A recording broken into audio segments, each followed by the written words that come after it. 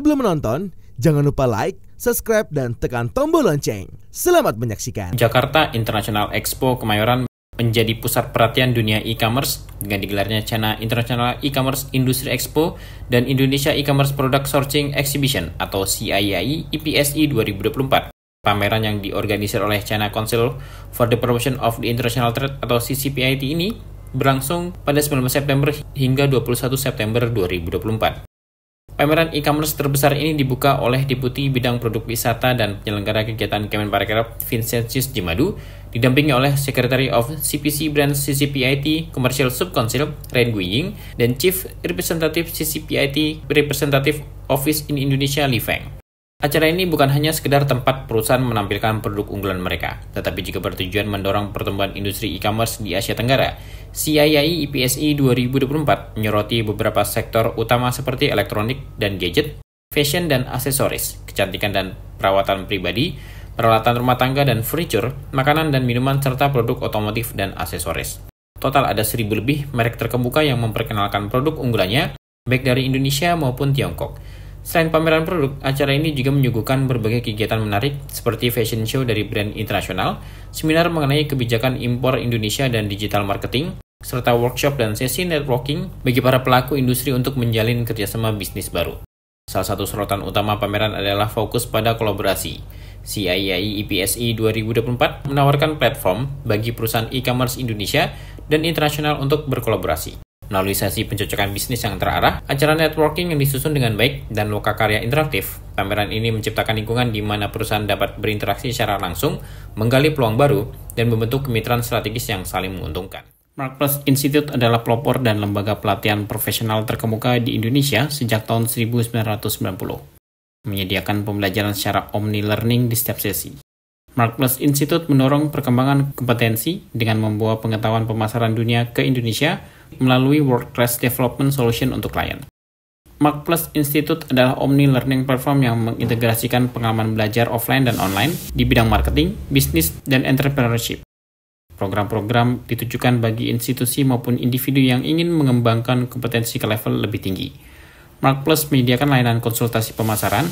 Marketplace menyediakan layanan konsultasi pemasaran untuk berbagai jenis bisnis dan berbagai macam pilihan program training yang bisa menyesuaikan dengan kebutuhan Anda. Anda akan ditemani oleh seorang fasilitator eksklusif yang bukan hanya memiliki pengalaman yang luas, tetapi juga merupakan seorang praktisi berpengalaman di bidangnya. Anda akan ditemani oleh seorang fasilitator eksklusif yang bukan hanya memiliki pengalaman yang luas, tetapi juga merupakan seorang praktisi berpengalaman di bidangnya. Anda akan ditemani oleh seorang fasilitator eksklusif yang bukan hanya memiliki pengalaman yang luas, tetapi juga merupakan seorang praktisi berpengalaman di bidangnya. Banyak pilihan jenis program yang memiliki beragam cara penyampaian yang menyenangkan, mulai dari video learning, training online dan offline, dan training hybrid. Mari kita simak bersama podcast berikut untuk lebih mengenal Marketplace Institute. Tim Eljon Media melaporkan. Halo Sobat Eljon, kembali lagi bersama saya, Wendy Fernandes, Putra Agrowisata Indonesia 2024. Dan saat ini saya ada di CIAI-IFC, di mana ini merupakan bazar terbesar Indonesia, di mana kita bekerja sama dengan China. Dan juga saat ini saya sudah bersama Bapak Giovanni, betul? Betul. Oke, Bapak Giovanni sendiri ini dari Marketplace Institute. Nah, mungkin boleh nggak sih Pak jelasin sedikit nih tentang Marketplace? Oke, jadi kami di Marketplace ini bergerak di bidang pelatihan, termasuk training, workshop, dan lain. Terus ada riset dan ada consulting. Jadi kita ini memposisionikan diri sebagai perusahaan yang paling mengerti Indonesia lah. Oke. Nah, kebetulan Bapak Giovanni sendiri juga barusan mengisi materi ya tadi di panggung ya. Nah, kira-kira mengisi materi apa aja sih Pak? Nah, jadi hari ini karena kita ada di event tentang produk-produk China lah. Nah, jadi banyak orang yang ingin belajar gimana sih memasarkan produk dari China ke dunia e-commerce tentunya. Karena kan juga dunia e-commerce ini salah satu paling gampang lah. Kalau kita ke offline ya kita mesti invest banyak. Kalau di online kita cuma butuh HP, terus buka Tokopedia, Shopee udah bisa jualan. Oke. Kira-kira nih Pak, tanggapan pameran CIAI-IFC ini, tanggapan Bapak menurut Bapak gimana? Ini menarik banget nih. Kenapa? Karena kalau misalnya saya nih mau bisa beli produk ke Cina, saya masih beli tiket pesawat, pergi ke China, pesan hotel, belum lagi nggak bisa bahasanya. Nah, di sini teman-teman dari China datang langsung Indonesia udah buat translator. Jadi saya udah nggak usah beli tiket lagi pesawat, hotel udah pasti lebih murah. Terus ada translatornya teman-teman. Jadi nggak usah takut gimana nih negonya, takut dimahalin karena mereka emang udah siap untuk masuk ke pasar Indonesia. Oke. Nah, kalau Bapak Giovanni sendiri kan merupakan product manager dari Mark Plus sendiri nih. Berarti kasarnya pendidikan tentang bisnis ya Pak ya. Betul. Nah, kira-kira nih Pak, gimana pandangan Bapak kerjasama antara Indonesia dan China ini? Padahal seperti yang kita tahu bahwa Indonesia sendiri juga masih banyak banget produk-produk yang sangat berkualitas nih. Gimana pandangan Bapak dengan kerjasama ini? Gitu. Nah, kerjasama ini menurut saya bagus sih. Pertama, kenapa? Karena kan setiap negara itu punya keunggulannya masing-masing. Misalnya Indonesia punya keunggulan dari segi komoditas. Ya udah, kita ekspor lah ke China, China yang beli. Tapi China ini punya manufacturer yang sangat baik, teknologi yang sangat baik. Ya udah coba deh kita adopsi gitu.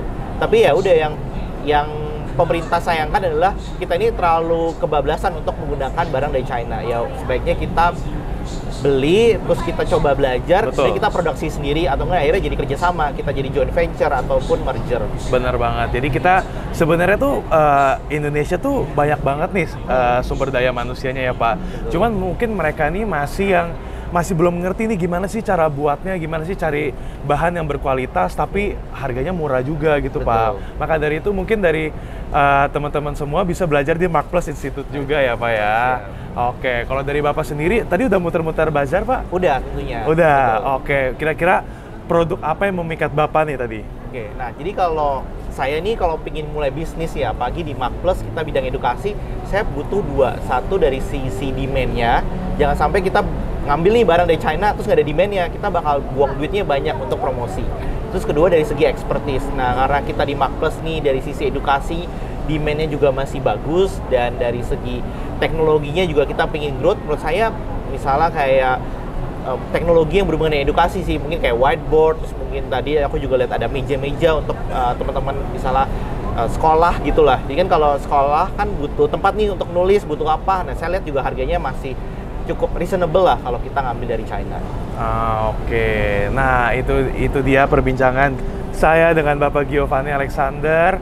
Oke, buat teman-teman yang masih penasaran nih tentang Mark Plus Institute, jangan lupa untuk follow Instagramnya ya Pak. Instagramnya apa Pak? Mark Plus Institute. Mark Plus Institute. Oke, terima kasih untuk sahabat Eljon. See you.